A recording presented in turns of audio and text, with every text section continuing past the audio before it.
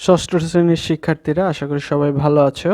গতদিন আমরা 5, 6, 7, 8 এই অঙ্কগুলো দেখেছি। আজকে আমরা 9 এবং পরবর্তী অঙ্কগুলো দেখব। তাহলে শুরুতেই 9 নম্বর দেখা যাক।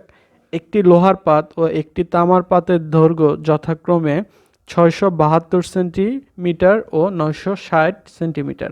পাত দুটি থেকে কেটে নেওয়া একই মাপের সবচেয়ে বড় টুকরার দৈর্ঘ্য কত হবে? প্রত্যেক পাতের টুকরার সংখ্যা নির্ণয় করো। এখানে আমাদের দেখো দুটো সংখ্যা দেওয়া আছে আর বলেছে সবচেয়ে বড় টুকরার দৈর্ঘ্য। তাহলে বড় হলে কি হয়? গসাগু। তাহলে চলো শুরু করা যাক। তার মানে এখানে 672 ও 960 এই দুটো সংখ্যা দেওয়া আছে না, এর গসাগুই হবে সবচেয়ে বড় টুকরার দৈর্ঘ্য। আমরা এখন গসাগু বের করব। 672কে দিয়ে 960কে ভাগ করব। একবারই যাবে, এর বেশি যাবে না। 672 বিয়োগ করলে এখানে কি হবে? 10 থেকে 2 গেলে হয় 8, এখানে 16 থেকে 8 গেলে হয় 8, আর হচ্ছে 9 থেকে এখানে 7 গেলে হয় 2। এখন 288 কে দিয়ে 672কে ভাগ করব। কয়বার যাবে? দুইবার যাবে। দুইবার গেলে কত হবে? 576। বিয়োগ করলে কত হবে?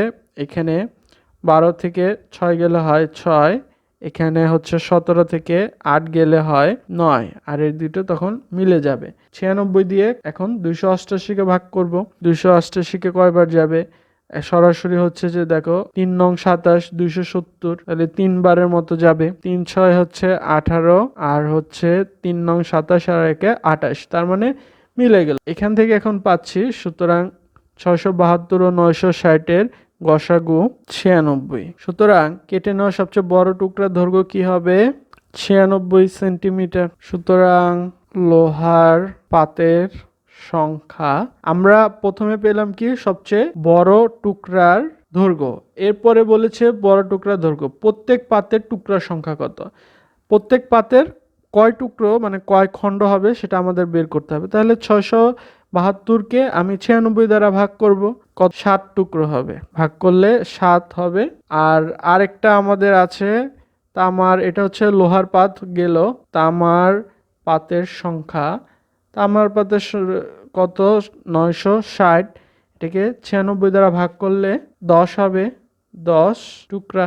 আমরা তাহলে সবচেয়ে বড় আমাদের দৈর্ঘ্যটা পেয়ে গেলাম, কত টুকরো হবে সেটাও পেয়ে গেলাম। এটাই হচ্ছে আমাদের উত্তর। উত্তর 96 সেন্টিমিটার, লোহার পাত 7 টুকরো, তামার পাত 10 টুকরো। এরপর 10 নম্বর দেখো, 4 অঙ্কের কোন ক্ষুদ্রতম সংখ্যা 12, 15, 20 ও 35 দ্বারা নিঃশেষে বিভাজ্য? ক্ষুদ্রতম সংখ্যা চেয়েছে। যেহেতু ক্ষুদ্রতম চেয়েছে, তাহলে আমার প্রদত্ত সংখ্যাগুলো লসাগু নির্ণয় করি। প্রথমে হচ্ছে 12, এরপর 15, এরপর 20, এরপর 35। আমি 20 আর 12 2 দিয়ে ভাগ যায়, 2 দিয়ে শুরু করব। 12কে 2 দ্বারা ভাগ করলে হয় 6, 15কে ভাগ যায় না, যা আছে তাই। 20কে 2 দ্বারা ভাগ করলে হয় 10, 35কে যায় না। আবারও 6 এবং 10 2 দ্বারা ভাগ যায়। আমি 2 দ্বারা ভাগ করছি। 6কে 2 দ্বারা ভাগ করলে হয় 3, 15কে যায় না। 10কে 2 দ্বারা ভাগ করলে হয় 5, 35কে যায় না, যা আছে তাই।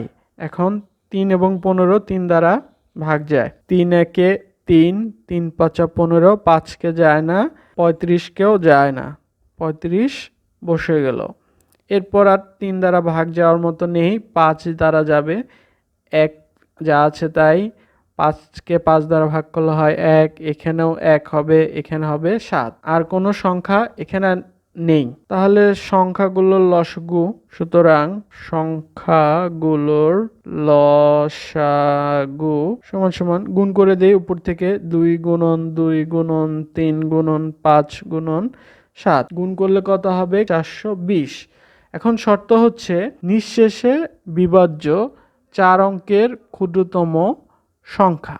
আমরা এখন 4 অঙ্কের ক্ষুদ্রতম সংখ্যাকে ভাগ দিয়ে দেখব। 4 অঙ্কের ক্ষুদ্রতম সংখ্যা, 4 অঙ্কের ক্ষুদ্রতম সংখ্যা তো 1000 থেকে শুরু করে অনেকগুলো আছে, তাই না? এখন বলেছে কোন ক্ষুদ্রতম সংখ্যা সেটা আমরা বের করব। আমরা জানি 4 অঙ্কের ক্ষুদ্রতম সংখ্যা 1000। 4 অঙ্কের নিঃশেষে বিভাজ্য সংখ্যা নির্ণয়ের জন্য প্রথমে 420 দ্বারা 1000কে ভাগ করি। 420 দ্বারা 1000কে ভাগ 2 বার যাবে, কত হবে? 840। বিয়োগ করলে কত হবে? 0, 10 থেকে 4 গেলে হয় 6, 9 হয়ে গেল, 10 থেকে 9 গেলে 160। এই 160 যদি আমি এই 1000-এর সাথে যোগ করে দেই, ক্ষুদ্রতম নিঃশেষে বিভাজ্য সংখ্যাটা পাওয়া যাবে। আমরা এখানে দেখি, এখানে নিঃশেষে বিভাজ্য সংখ্যাটি হবে 1000 হতে 160 কম 1000 হতে 420 বিয়োগ 160। আমি 420 থেকে 160 যদি বিয়োগ করি বা 260 বেশি, অর্থাৎ 1000 থেকে 160 আমি বিয়োগ করতে হবে, অথবা 1000-এর সাথে আরও 260 যোগ করলে তাহলে আমি কি পাবো? 420 দ্বারা নিঃশেষে বিভাজ্য পাবো। কিন্তু 1000 হতে যদি আমরা 160 যেটা সেটা কম বিয়োগ করি, সেটা আবার 4 অঙ্কের ক্ষুদ্রতম সংখ্যা হচ্ছে না, তার মানে সেটা গ্রহণযোগ্য নয়। তাহলে সুতরাং সংখ্যাটি কি হবে? সুতরাং সংখ্যাটি হবে, আমাদের এখন 1000-এর সাথে 260 যোগ করে দিলেই হবে। টোটাল কত হবে যোগ করে? 1260। এটাই হচ্ছে 4 অঙ্কের ক্ষুদ্রতম সংখ্যা, যা 420 দ্বারা নিঃশেষে বিভাজ্য। এটাই তাহলে উত্তর 1260। আশা করি সবাই বুঝতে পেরেছো।